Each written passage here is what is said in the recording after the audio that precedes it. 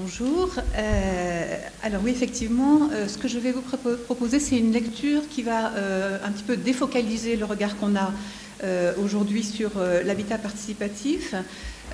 puis le refocaliser d'ailleurs dans la suite de mon exposé, dans l'idée de montrer comment l'habitat participatif participe d'un contexte de fabrication de la ville assez fortement évolutif ces dernières années, et comment, à travers les pratiques de l'habitat participatif, s'ouvrent finalement des manières de faire qui peuvent s'appliquer dans d'autres secteurs de la production architecturale et urbaine, et qui sont significatives de déplacement de la limite de l'univers des possibles, on pourrait dire, d'inflexion dans les manières donc, de penser et de faire. Donc je vais tout de suite commencer par tirer un portrait extrêmement rapide du contexte actuel de la fabrication de la ville, en m'appuyant sur l'idée, peut-être un petit peu schématique, qu'on serait à cheval entre deux cadres épistémologiques. Donc je ne remonte pas au-delà du début des années 2000, ce n'est pas nécessaire, pour décrire les deux processus concomitants et qu'on pourrait à la fois qualifier pour l'un d'un tournant néolibéral et pour l'autre du tournant participatif. Alors, le tournant néolibéral, il n'est pas récent, mais il est de plus en plus sensible en France depuis une vingtaine d'années, aussi bien dans les grands domaines qui relèvent de l'entreprise que ceux de l'administration publique. On l'a vu à travers les travaux de Pierre Dardot, Christian Laval, Boltanski, Capello, etc. Il y a une évolution majeure et qui est loin de nous concerner en propre. Je prends l'exemple du New Public Management, et on utilise cette expression en anglais, puisque c'est effectivement du contexte anglo-saxon que nous vient cette manière particulière d'appliquer aux formes de la gestion publique les techniques, les méthodes, les recettes, on pourrait dire, de la gestion privée. Donc on a un certain nombre de valeurs néolibérales qui se propagent dans des cercles de plus en plus nombreux. Valeurs libérales qui d'ailleurs se revendiquent apolitiques et universalistes, c'est intéressant de le noter, et qui s'organisent autour d'un certain nombre de points de doctrine. Donc je m'appuie sur les travaux des économistes dans ce domaine. Donc la question des normes et des standards explicites de performance, la lecture des situations mettant en avant les termes de concurrence, externe comme interne, un contrôle direct et visible de la production par les structures hiérarchiques, dans tous les cas de figure, secteur public comme entreprise, et puis voilà, cette importation de pratiques de gestion du secteur privé et la question du lean management, donc de la parcimonie dans l'emploi des ressources. Donc si on devait qualifier en quelques mots-clés ce tournant néolibéral, moi je retiendrais la compétence, la technicité, la maîtrise des risques, la performance, les logiques descendantes, dont on a déjà parlé ce matin, top-down, les marchés, les concurrences. En parallèle, et sur un positionnement très différent, donc, voire opposé sur beaucoup de points, ce tournant participatif, et là j'utilise aussi une expression qui est consacrée par un certain nombre de travaux qui montrent en fait la manière dont ce tournant participatif s'appuie sur les expériences des années 70-80 d'advocacy planning, d'autogestion, pour donc faire apparaître un impératif délibératif, c'est la formule qu'utilisent Loïc Blondiot et Yves Saint-Omer, impératif délibératif qui fonderait la légitimité d'une action, non pas à l'adhésion de la majorité, mais à la délibération de tous. Ce matin, Stéphane Gruet avait une formule qui était très proche de celle-là. L'idée, donc, si on ne fait pas pour nous, si on fait pour nous mais sans nous, c'est contre nous. Je crois qu'on retrouve à peu près cette idée d'une délibération de tous et non pas simplement d'une adhésion de la majorité. Alors, à l'occasion d'un ouvrage que nous avons co-dirigé, Guy Tapi et moi, donc, qui s'appelle « La fabrication de la ville, métiers et organisation », on a pu voir, donc c'était en 2009, les premiers impacts très sensibles de ce tournant délibératif sur les professions et les acteurs de la fabrication de la ville. On y a vu, dans ces nouvelles valeurs qui émergeaient, un rôle important de recherche du consensus,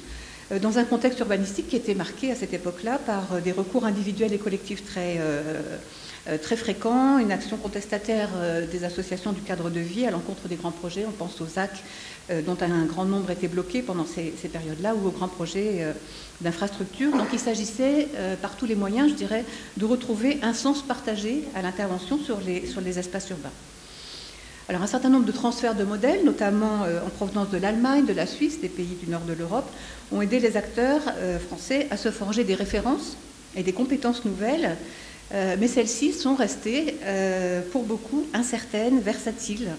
La quasi-totalité des savoirs ont été re-questionnés,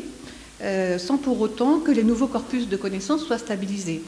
On pense à toutes ces vérités d'un jour qui apparaissent comme des erreurs par la suite, notamment dans le domaine des technologies environnementales. Le constat qu'on faisait à l'époque, et je crois qu'il est encore valable, c'est que les acteurs vivaient de profondes déstabilisations liées à cette incertitude des savoirs, au fait que leur légitimité d'experts était globalement remise en cause dans des dispositifs qui replaçaient les savoirs institués par les formations, par les diplômes,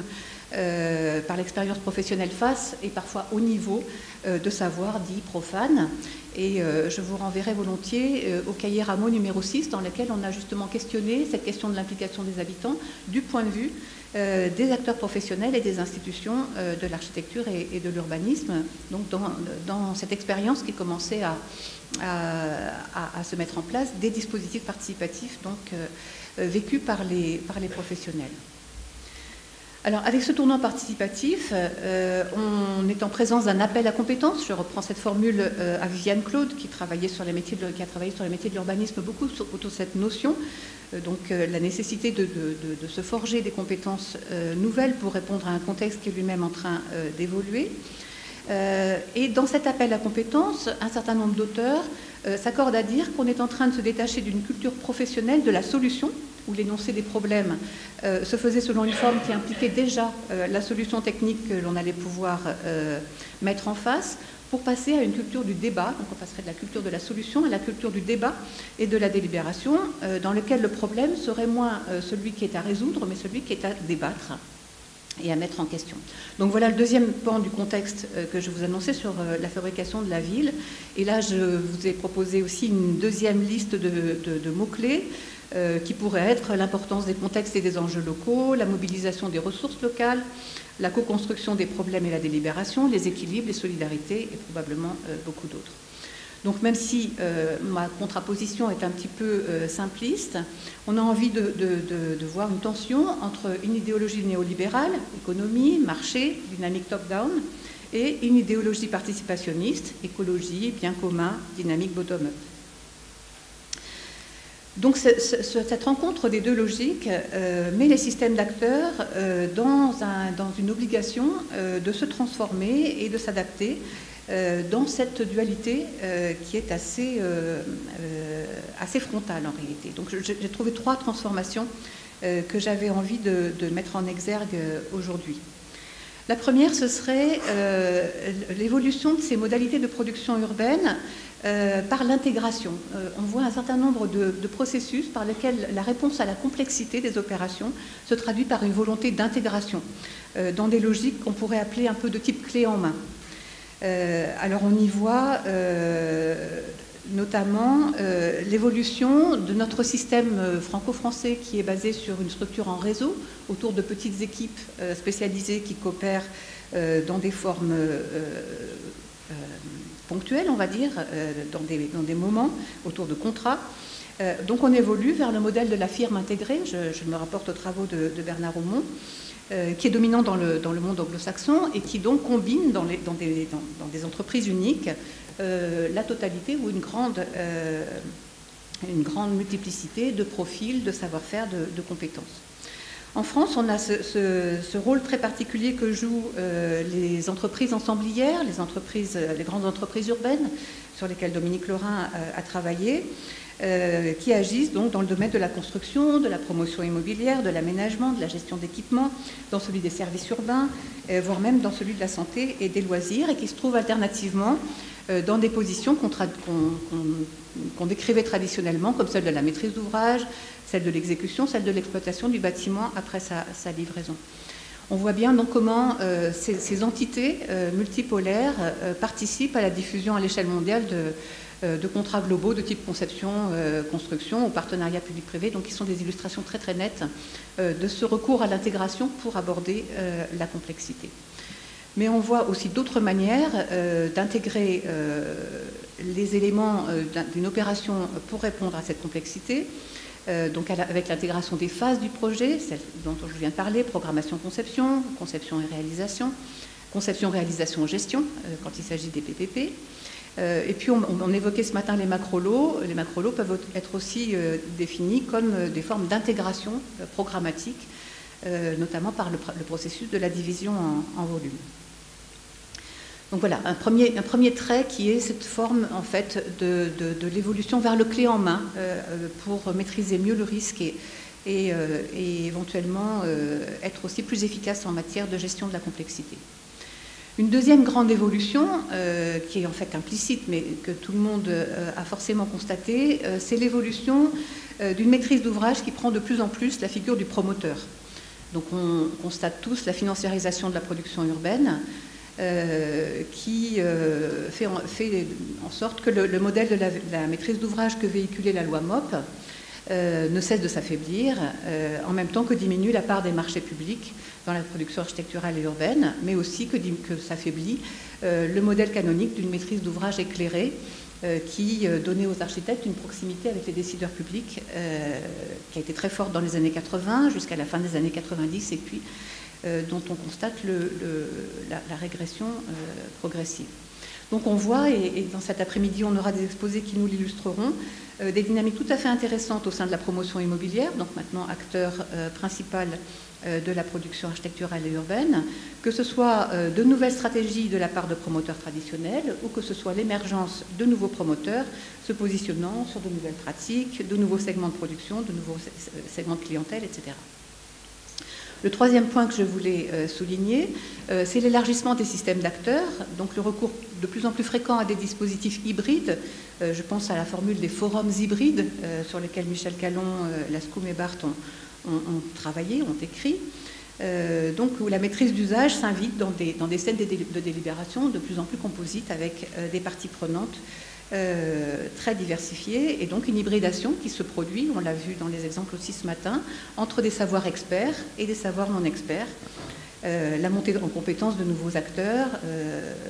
nouvelles méthodes de réflexion, on l'a vu aussi ce matin, de diagnostic, de formulation des intentions, etc. Alors, si maintenant je me refocalise sur l'habitat participatif qui nous intéresse tous aujourd'hui et que j'essaye d'y voir ce que l'habitat participatif questionne par rapport à la production ordinaire du logement et donc qui peut donner un certain nombre d'indices de ce qui se réfléchit dans le domaine du logement. Bizarrement, ce matin, on a évoqué la formule des signaux faibles et c'est aussi celle que j'avais prévu de donner. Donc, signaux faibles parce que finalement, l'ampleur de l'habitat participatif en termes de production n'est pas extrêmement grand, mais les effets leviers que cet habitat produit dans la diffusion d'idées et de pratiques me semblent, lui, relativement puissants et diversifiés. Donc, par rapport à la production ordinaire du logement, dans les entretiens qu'on a pu faire, on a souvent entendu cette formule de l'habitat participatif qui soufflerait un vent d'ouverture et d'inventivité, notamment dans ce processus de production du logement extrêmement normé, avec des contraintes techniques, économiques extrêmement prégnantes. L'habitat participatif est une manière d'ouvrir l'univers des possibles et de retourner au sens des contraintes et non pas simplement à leurs lettres et à leur expression réglementaire. On en a parlé aussi ce matin. L'habitat participatif est aussi une manière de décloisonner les modes d'accès au logement, donc en dehors de ces voies traditionnelles que sont l'accession privée, le locatif social, le locatif privé. Je vais essayer d'aller plus vite. Et puis, il y a aussi un troisième point très important dans l'habitat participatif, c'est toute la réflexion qui conduit du logement à l'habitat et qui interroge la question du voisinage, de l'entourage, comme diraient des démographes qui ont travaillé sur la diminution des liens familiaux et la nécessité d'autant plus forte de se constituer un entourage, notamment à travers le voisinage. Alors, en dehors du cadre de la production du logement, il y a un certain nombre d'effets d'innovation et d'embrayage que l'habitat participatif suggère. Alors, il y a celui de la régénération urbaine et de la question foncière. On voit les opérations d'habitat participatif réveillées du foncier endormi, des parcelles qui étaient mal commodes, trop grandes pour les particuliers, trop petites pour les maîtres d'ouvrage publics et privés professionnels. Donc, il y a une dynamique qui est à questionner indépendamment même de la programmation qui s'installe sur ces parcelles. Il y a les exigences environnementales qui sont intéressantes de par le public en fait, de l'habitat participatif qui permet de tester des expériences peut-être plus radicales que celles que l'on trouve dans les parcs ordinaires. On a noté le développement de nouvelles filières constructives, notamment la filière bois, qui est en relation assez étroite avec l'habitat participatif parce qu'il apporte une forme de commodité dans le chantier, une certaine modularité qui permet aussi l'organisation d'un espace de manière plus flexible dans le temps et dans la programmation initiale aussi. Il y a toutes ces questions qui touchent au statut juridique et symbolique de la propriété, tout ce qui détache en fait la propriété de l'usage, du droit d'usage, la question de l'investissement, la possession de parts ou la disposition d'un logement, etc., notamment dans l'habitat coopératif. Et puis il y a toutes ces questions qu'on commence à mieux connaître maintenant, des dynamiques de copropriété et de gestion immobilière, dans des cadres dans lesquels les habitants sont moins dans des positions d'externaliser que de prendre en charge collectivement un certain nombre de tâches et du coup de maîtriser davantage leurs charges. Donc je vais arriver à ma conclusion parce que je pense que je dois être à peu près dans les temps. Conclusion sur la notion d'innovation qui m'avait été proposée pour articuler ce travail sur l'habitat participatif et son contexte. Alors l'innovation, quand on regarde un petit peu la littérature, ça recouvre une grande diversité d'acceptions, notamment à travers la diversité des points de vue disciplinaires qui en traitent, la gestion, l'économie, la philosophie, la sociologie des organisations. Mais j'ai trouvé deux définitions qui me semblent intéressantes à retenir aujourd'hui. La première définition, c'est la définition classique de l'innovation, donc issue notamment de Joseph Schumpeter, économiste des années 30. C'est une définition de l'innovation comme une évolution significative d'un produit, je cite, d'un service, d'un processus de fabrication qui apporte quelque chose d'encore inconnu ou qui utilise une technologie nouvelle. Et ce qui est intéressant dans cette définition, de mon point de vue et de ce qu'on discute aujourd'hui, c'est que ça va avec l'idée d'un changement qui est introduit sciemment et par un agent, donc l'individu, l'entrepreneur innovateur pour Schumpeter, ou d'une organisation, une entreprise de production à travers ses services R&D, etc. Donc on y lit très clairement un mécanisme top-down dans lequel il y a un émetteur de l'innovation et dans lequel les consommateurs, les usagers sont considérés comme des récepteurs passifs, qui vont finalement valider ou pas une innovation qui vient de l'extérieur. Et en dialogue avec cette conception d'innovation, il y a une deuxième définition, issue notamment des travaux de Michel Callon, Bruno Latour, au Centre de sociologie de l'innovation à l'École des Mines, pour lesquels travailler sur l'innovation, c'est examiner les technologies dans les interactions sociales dont elles font l'objet. Donc une approche par la co-construction du technique et du social en même temps. Et leur travail met en évidence l'existence dans l'innovation de boucles d'apprentissage et de boucles de traduction dans lesquelles le scénario de départ, et ils utilisent ce terme parce que souvent le départ d'une innovation est un récit, et le terme n'est pas neutre, donc dans des formes souvent discursives, comment ce scénario est approprié par les différentes parties prenantes, et les boucles marquent bien l'idée que l'innovation est produite collectivement par des émetteurs et des récepteurs, donc chacun devenant partie prenante de cette co-construction technologique et sociale. Et pour terminer et revenir à l'habitat participatif, quand on a l'occasion, la chance de suivre dans des opérations concrètes et au quotidien une opération d'habitat participatif, on est confronté à ce nombre conséquent de boucles de traduction qui lient les différents acteurs, qui font d'ailleurs que les processus sont particulièrement longs à mûrir. Donc c'est des boucles dans lesquelles se manifestent, on l'a aussi entendu ce matin et je pense que ça sera poursuivi cet après-midi, des malentendus, des discordes, mais ce sont aussi les boucles qui font rebondir les idées, les opportunités entre les différents acteurs qui sont autour de la table. Et dans ce cas, on pourrait conclure en se disant, est-ce que l'habitat participatif n'est pas un exemple de ce deuxième modèle d'innovation, une innovation que les auteurs appellent systémique et communicationnelle. Merci.